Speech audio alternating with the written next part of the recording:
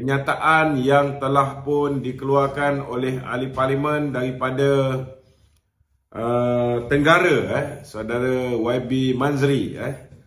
YB Manzri, tuan-tuan, hari ini telah membangkitkan dalam parlimen dan di pick up oleh Datuk Seri Ahmad Maslan, Setiausaha Agung UMNO, berhubung dengan pertanyaan beliau.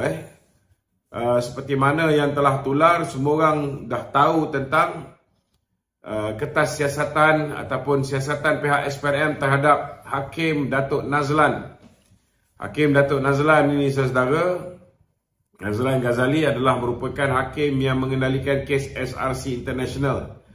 Beliau telah melakukan pelanggaran yang boleh membawa kepada pendakwaan di bawah Seksyen 220 kerana beliau telah menjatuhkan hukuman tanpa mengikut peraturan dan perlembagaan. Jadi, saudara, hari ini YB Manzri telah membangkitkan kenapa sehingga hari ini Jabatan Peguam Negara masih lagi tidak mendakwa Hakim Nazlan.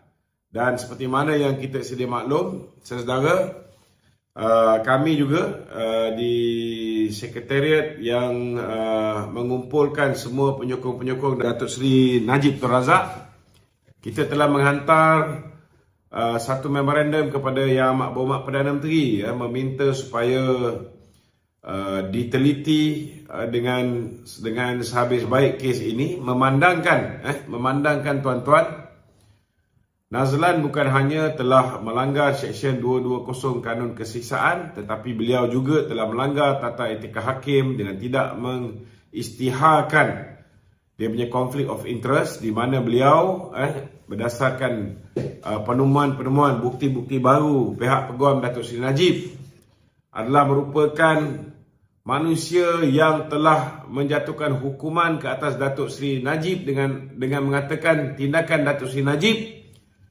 menubuhkan SRC International itu sendiri menunjukkan niat beliau yang tidak baik. Itu ada dalam judgement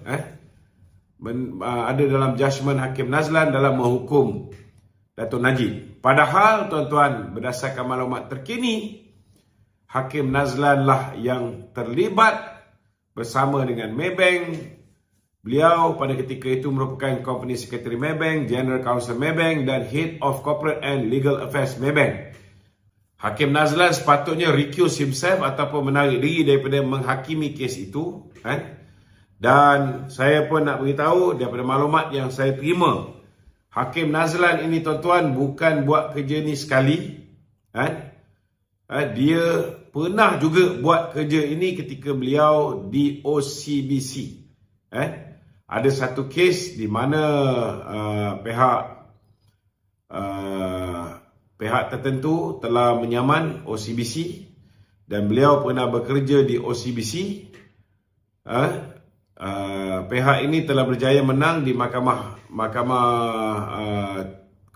tinggi, tak silap saya, menang saman, dan telah diminta pihak OCBC untuk membayar kepada pihak tersebut.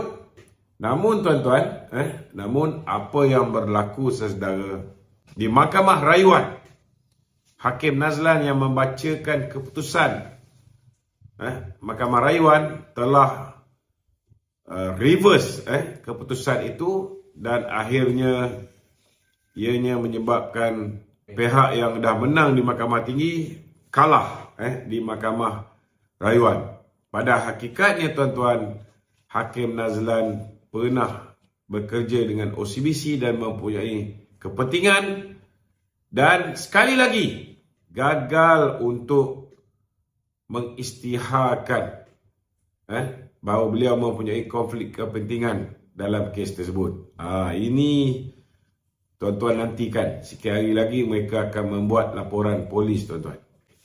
Jadi kita harap dengan apa yang telah dibangkitkan oleh ahli parlimen daripada Tenggara dan juga telah di-pick up oleh Setiausaha Agung UMNO, Datuk Seri Ahmad Maslan, kita harap supaya kerajaan dapat memastikan keadilan dapat ditegakkan dan tidak ada lagi sesiapa yang melindungi penjenayah-penjenayah seperti Nazlan ini tuan-tuan.